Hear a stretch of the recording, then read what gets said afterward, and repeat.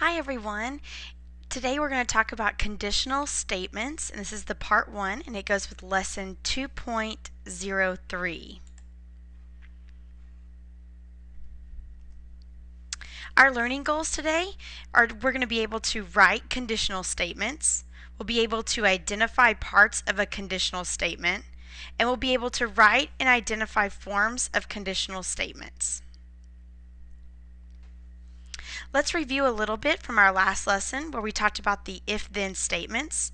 In the two types, we have the law of syllogism, and it's where you have two conditions, or you will have the law of detachment, which is just one condition. So when it says two conditions, it may say, if I stay up all night, I'll be tired. And then you say, if I'm tired, then I need to go to sleep. So if I stay up all night, then I need to go to sleep. Law of detachment would just say, if I stay up all night, then I will be tired. So I stayed up all night, therefore I am tired. Okay, conditional statements, and they're also known as if-then statements. They're made up of two parts, and the first part is the hypothesis. And you may have talked about hypothesis in science. It goes at the beginning of an experiment. It's the same way in geometry. We put the hypothesis at the beginning of our conditional statements, and it's called the if part. It's the statement immediately following the word if. Then we have our conclusion, which is of course going to be at the end of our statements, and that's the then part. The statement is immediately following the word then. So let's look at some examples. If an animal is a fish, then it must have gills. Notice the green is the hypothesis, it's the if part. So if an animal is a fish, then we have the conclusion, which is then it must have gills. Another example is if it is raining outside, then I will get wet. Notice again the hypothesis is in green and the conclusion is in blue. And our last one, if I am sick, then my mom will stay home from work. Now, notice that if and then are not part of the hypothesis and conclusion. So up on the first example, the hypothesis is only an animal is a fish, not if an animal is a fish. And same goes with the conclusion. The conclusion would, it must have gills. Forms of conditional statements. Not all conditional statements are written in the if-then format. Some are just statements and we have to convert them to the if-then format. So let's look at these two examples. All four sides are congruent in a square. Well, we could say if a figure is a square, then all four sides are congruent.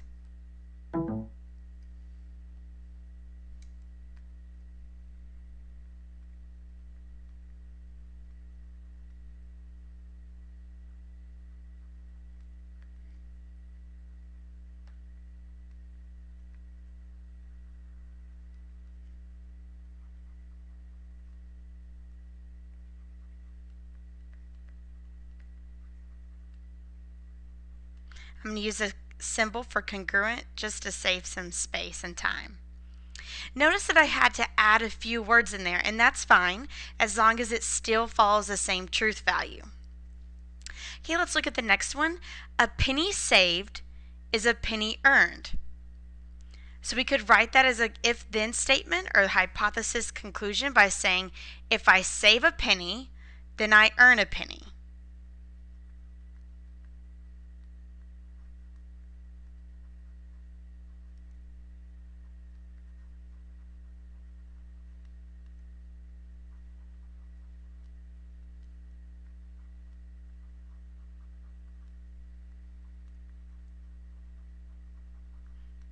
Or you could say, if you save a penny, then you earn a penny.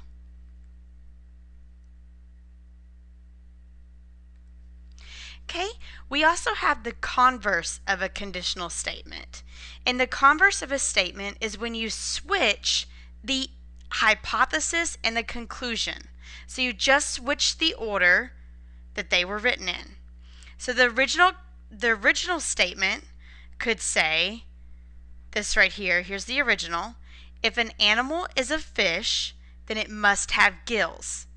So again, my hypothesis is in green and my conclusion is in blue. So I would just switch those, which would make it, if an animal has gills, then it must be a fish.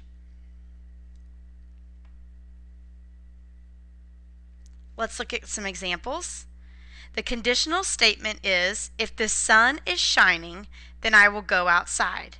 So my hypothesis is, the sun is shining, and my conclusion is, I will go outside. So when I switch those, I would say, remember I'm writing my conclusion first, so if I go outside,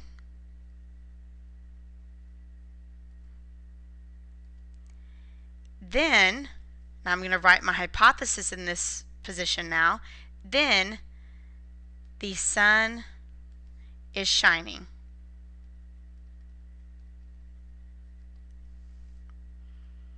Let's look at the other example. If you give me $1, so the hypothesis is you give me $1, then I will give you a cookie. So the conclusion is I will give you a cookie. So when we write the converse, we're going to switch the hypothesis and the conclusion. So we would say, if I give you a cookie,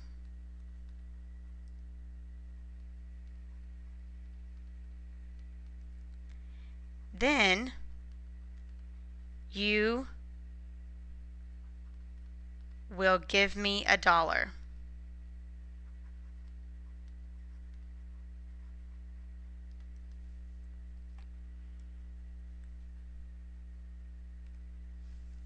Now let's talk about the inverse of a conditional statement.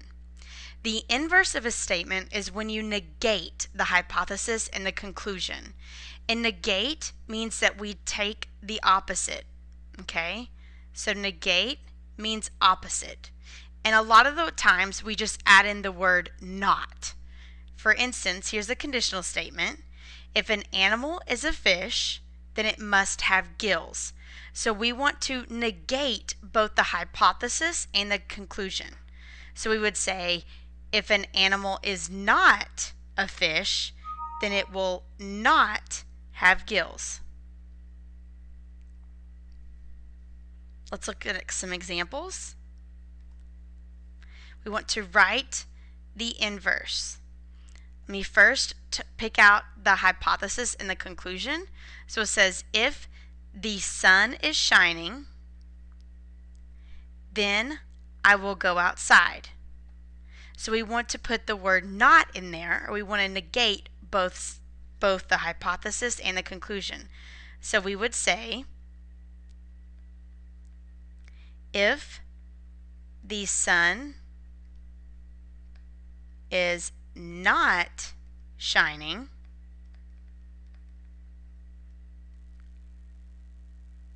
then I will not go outside.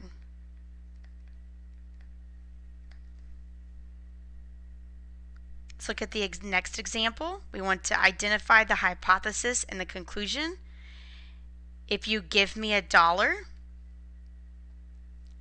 then I will give you a cookie. So we want to negate both of those. So we'd say, if you do not give me $1,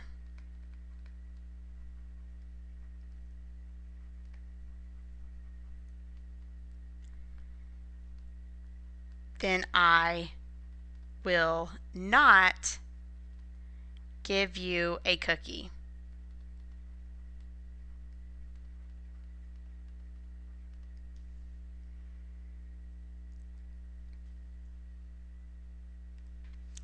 Next is the contrapositive of a conditional statement. The contrapositive of a statement is when you negate the converse. You negate the converse. Or in other words, we want to negate and switch our hypothesis and our conclusion. Or you can switch first and then you can negate it. So let's look at the examples that were given.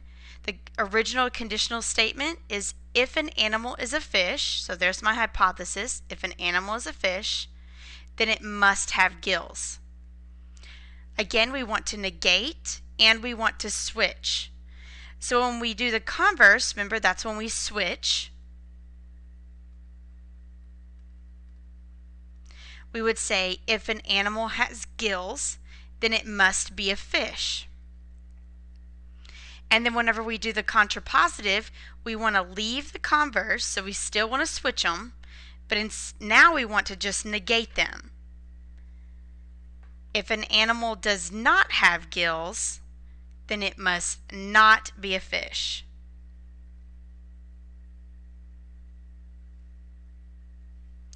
Okay, let's look at the examples. Write the contrapositive for each of the conditional statements. First, going to identify my hypothesis and the conclusion. If the sun is shining, then I will go outside.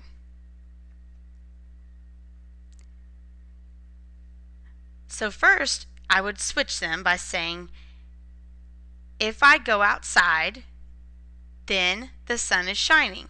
But I want to also negate them. So I would say, if I do not go outside,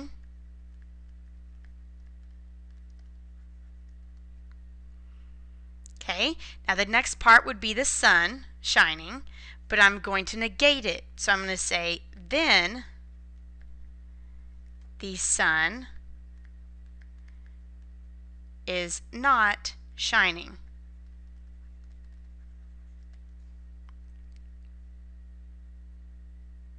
Okay, the next one. If you give me $1, so the hypothesis is you give me $1, then I will give you a cookie. The conclusion is I will give you a cookie.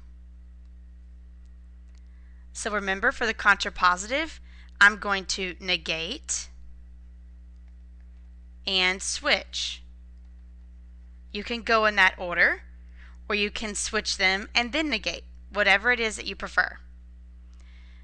I'm going to go ahead and I'm going to switch first. So I'm going to write in my head the converse, or I'm going to say the converse, and it would be, if I give you a cookie, then you will give me $1. Okay, now I need to negate both of those. So I would say, if I do not give you a cookie,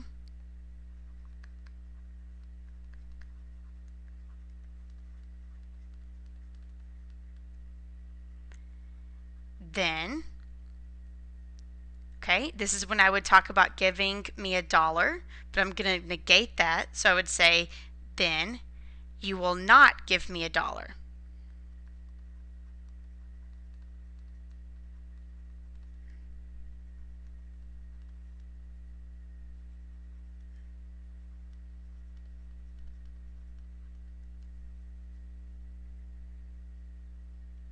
Okay, again, the converse just means to switch, the inverse means to negate, and the contrapositive is to switch and negate.